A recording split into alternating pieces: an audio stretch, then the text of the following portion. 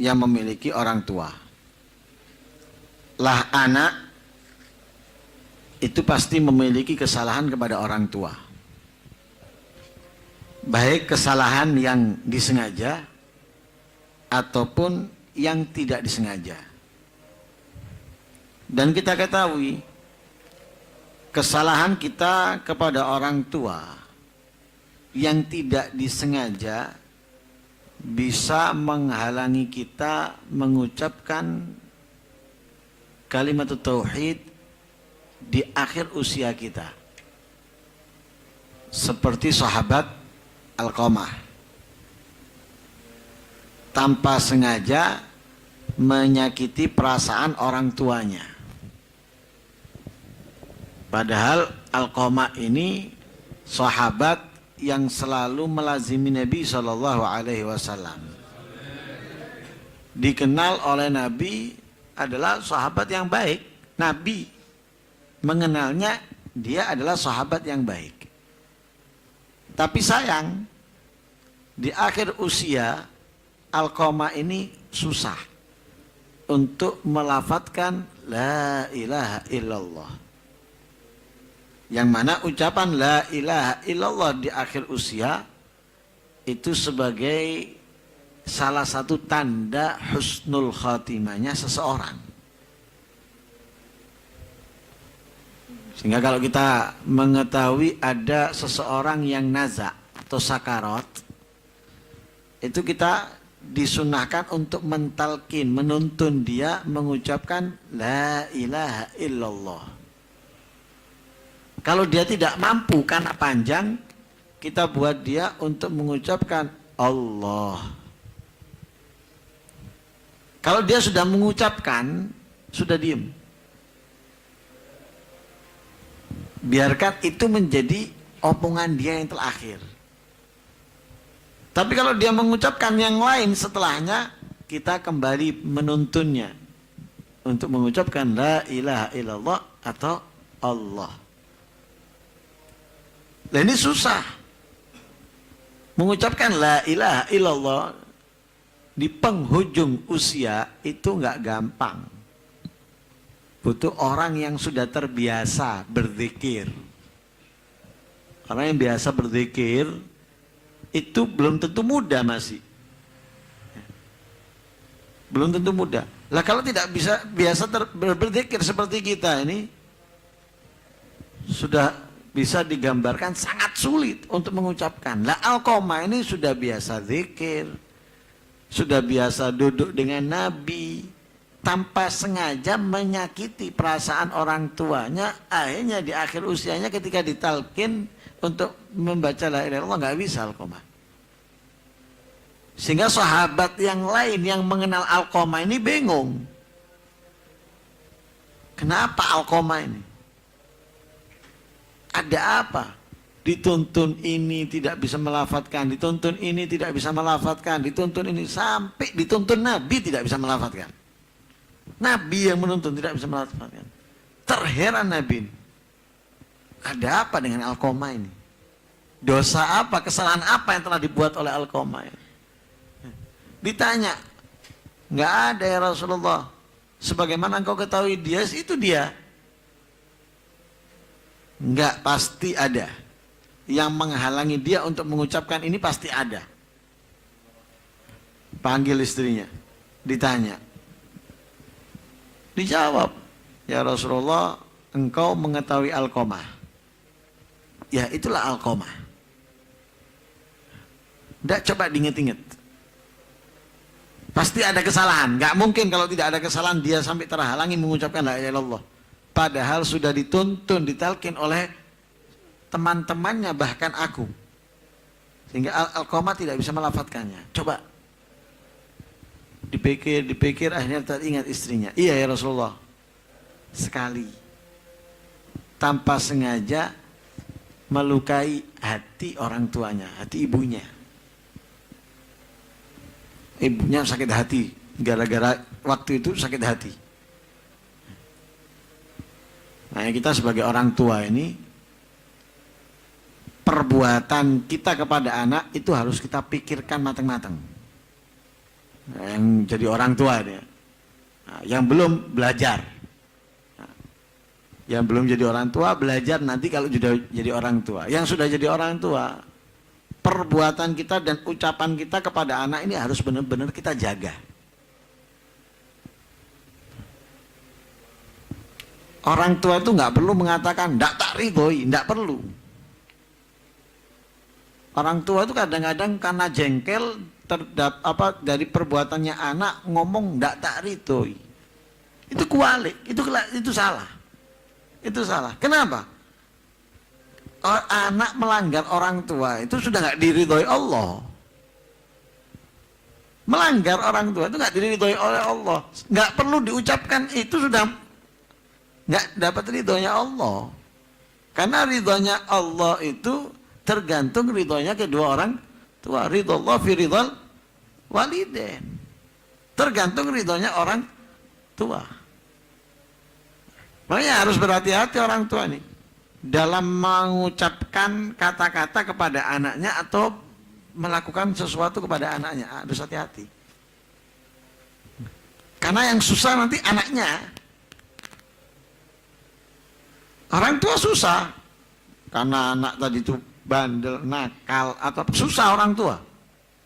Orang tua itu seneng, adem, enteng hidupnya dari beban apapun kalau anaknya itu patuh, taat, menjadi anak yang soleh atau soleh, adem. Sekalipun nggak punya duit, orang tuanya seneng.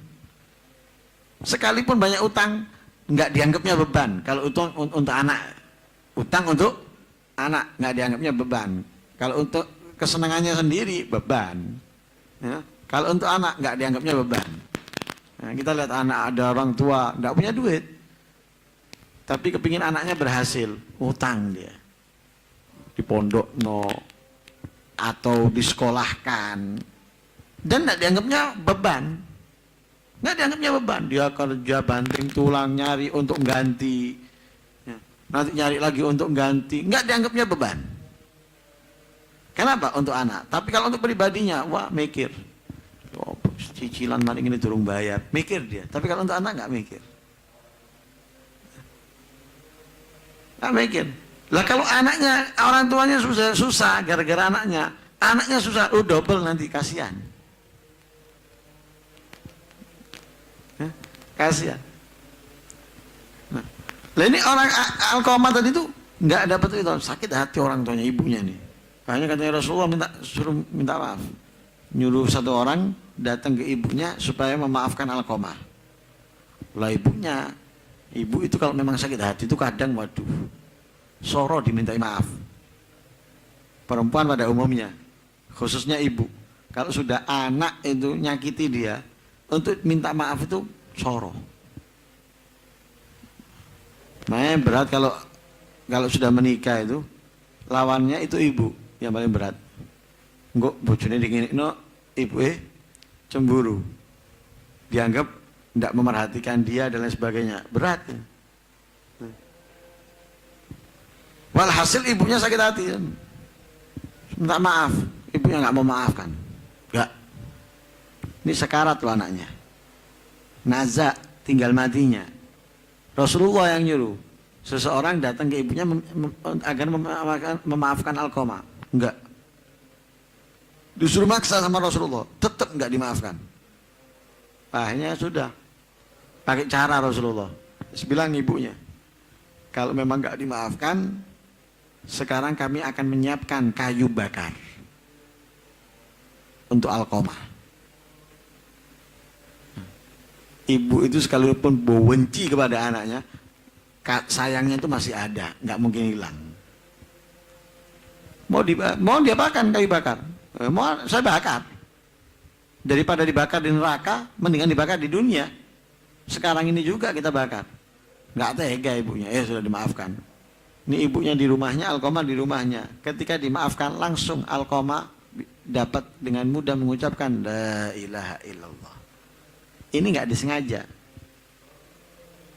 Bayangkan kalau disengaja menyakiti orang tua. Ini anak mau nggak mau, nafsu, syahwat, ajakan setan atau ajakan teman yang menentang orang tua itu, apalagi dengan zaman seperti sekarang. Anak senang dengan gamenya, anak senang dengan permainannya, perintah orang tua nomor 10. Game permainannya nomor 1. Akhirnya ketika orang tuanya manggil atau apa, kadang anaknya enggak menghiraukannya. Orang tuanya sakit hati. Nah, ini kita sebagai anak pasti memiliki kesalahan. Tidak mungkin tidak, disengaja ataupun tidak, menyakiti perasaannya atau tidak, besar atau kecil pasti. Nah, kita minta kepada Allah kesalahan kita kepada orang tua ini diampuni. Dosa orang tua yang dilakukan orang tua untuk kita karena kita diampuni oleh Allah. Karena orang tua itu demi menyenangkan anak, membahagiakan anak, terkadang bohong. Terkadang bohong.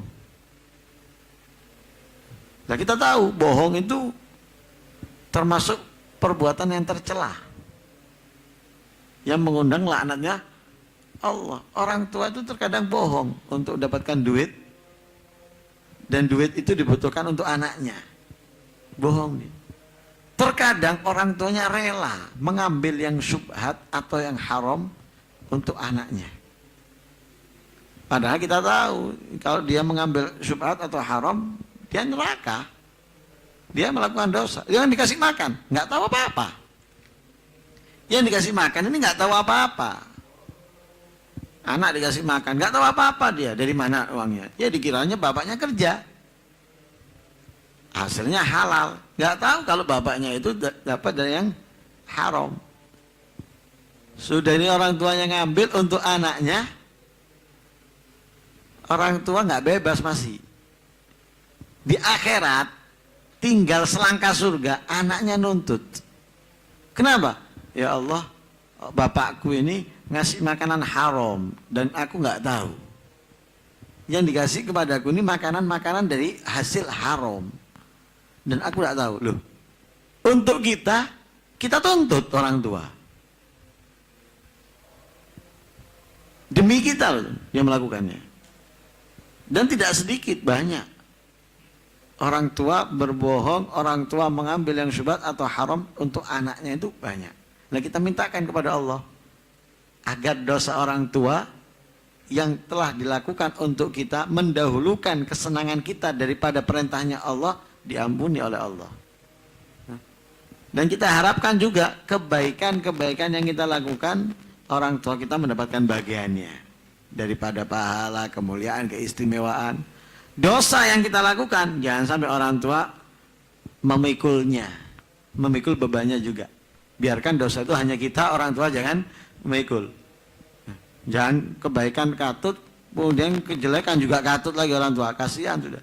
Dia sudah melakukan dosa kepada Allah dari dirinya sendiri, dosa karena anaknya, kemudian kita tambah dosa kita, jangan. Dan kita harapkan mudah-mudahan orang tua kita menjadi orang yang bahagia untuk kita, kepada kita di dunia sebelum di akhirat, sebelum di barzah. Dan mudah-mudahan nanti mereka lebih bahagia lagi karena kita, untuk kita.